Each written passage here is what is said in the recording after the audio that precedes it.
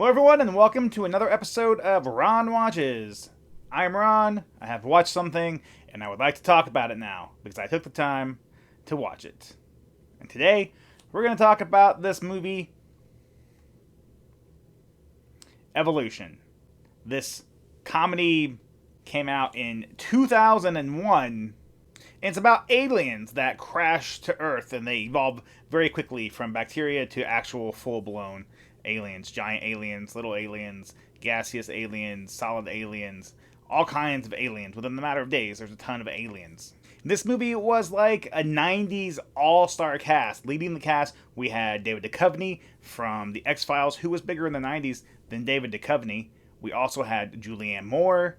Julianne Moore had a killer 1990s as that girl next door kind of chick that you always wanted to go out with, even though we saw her naked in a couple of movies, but that didn't matter. She was still that low-key girl next door type. Looking at movies like Hand That Rocks a Cradle, Benny and June, The Fugitive. She was in the Jurassic Park franchise in there somewhere, The Big Lebowski, Boogie Nights. Who's more 90s than Julianne Moore?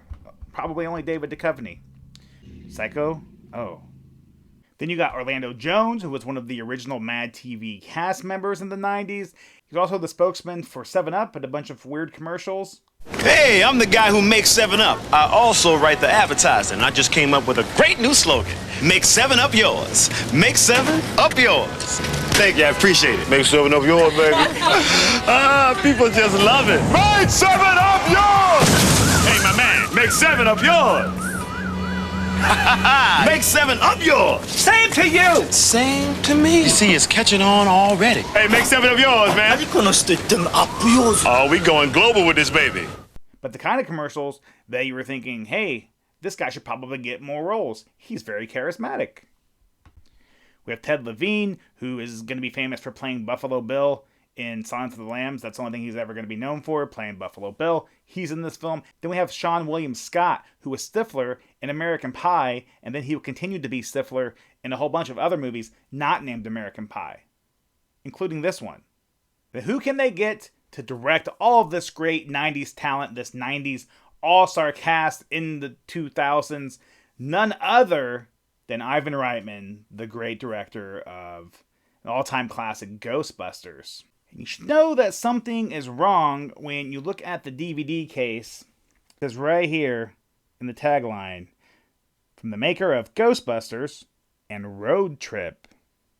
Now, for those of you not familiar with Ivan Reitman, this is a guy that directed highly successful comedy films like Meatballs, Stripes, and Twins, if you want to throw Twins in there. He didn't even direct Road Trip. He was the executive producer on the movie. But with all these credits to his name, they chose to go on the DVD cover with Road Trip, a Tom Green vehicle that was mediocre at best, but also had Seann William Scott playing Stifler.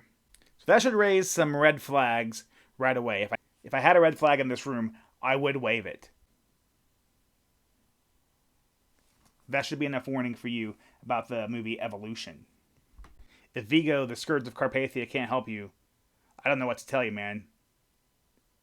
I think the problem with this film is Ivan Reitman was trying to recreate Ghostbusters on a low-key level. Don't get me wrong, we love David Duchovny. I love David Duchovny. I'm sure you love David Duchovny. But David Duchovny is no Bill Murray. David Duchovny can be funny in a dry, witty, sense of humor sort of way. But if one half of a comedy team that's constantly looking for sex and raunchy jokes, David Duchovny probably isn't my first choice. The thing that worked about Ghostbusters back in the 1980s was that most of that movie was ad-libbed by very funny people. This movie, not to say that Orlando Jones isn't the funny guy, not to say Seann William Scott isn't the funny guy, not to say the actors aren't talented, but you could really tell that they were reading off the script and just doing what they were told to do by the director. 1 2 1 1 1 1 2. This is DJ Harry Block here, and I'm an Aquarius. All right, will you stop it? I can hear you. Don't you snap at me unless you want an angry solid gold dancer on your hands. Everyone in this movie is just trying too hard to be funny, and that's just not funny. As understated as Ghostbusters was,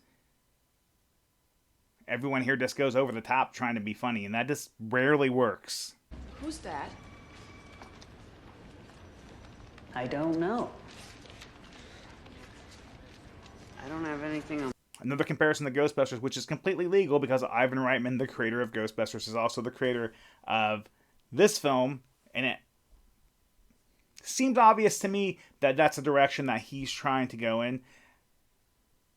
Ghostbusters was set in the real world with real consequences. They got arrested and thrown in jail by the mayor of New York. The movie Evolution, we have two clowns that constantly sneak past the American military to get into this underground base that has all of these alien creatures in it with no consequences whatsoever, nor any fear of consequences, which sets this not in the real world and more like a world based on like the movie Dumb and Dumber. When the Ghostbusters are headed up to the top of the building to face off with Gozer, they know there's real world consequences. They're scared. When Orlando Jones is going down into the pit to see the aliens that rip his head off, he does a funny dance. The plot is this meteor falls to Earth. It has bacteria all over it that grows in this crater, and because of something in the atmosphere of Earth, these things start to evolve very quickly. First as bacteria, then as like worms or something, then they turn into little frogs, until we get giant flying dragon-like creatures that luckily for the people of Earth cannot survive in oxygen, so once they get out of their little cave, they die. However, they're evolving very quickly, so of course, eventually, they're going to be able to breathe oxygen, which they do. The military in this movie are a bunch of buffoons who are constantly shown up by Orlando Jones and David Duchovny. Like, they break into this military base at least 4 or 5 times throughout the course of the movie and talk about how they want to have sex with Julianne Moore. They always get caught. Orlando Jones gets an alien up his ass or something. So instead of getting thrown into jail or arrested or shot on sight, they just take the alien out of Orlando Jones' ass and then they continue to let these two people roam around, knowing that they're going to break into the military facility once again. There's a scene where Sarah Silverman is like in a Denny's or something. She's only in the one scene. It has nothing to do with the rest of the film. I don't know why the scene's in there. Like, did Sarah Silverman just kind of walk onto the set and Ivan Reitman was like, hey, Sarah Silverman's here. She's also a 90s star. We got to use her. Or maybe David Duchovny brought her in and was like, hey, work this into the script. I want people to think that I boned Sarah Silverman. Her only use in the film is to make David Duchovny's character look more like a womanizer, which is not the best use of Sarah Silverman. Stifler's in it. He does some stuff. The film culminates when these two characters figure out what can actually stop the evolution of the aliens and actually kill the aliens. Of course, the government screws it up and turns the alien facility into one big giant alien the size of a city. So it's up to these guys, this ragtag group of misfits, to get a fire truck and to shove a bunch of head and shoulders up the alien's asshole. I wish I was kidding. The climax of this film is the alien, the giant alien with a huge asshole, farts on Orlando Jones. That's a thing that happened. That's the climax of the film. And then David Duchovny and Julianne Moore have sex when they should be getting medals of honor or something. And that's it.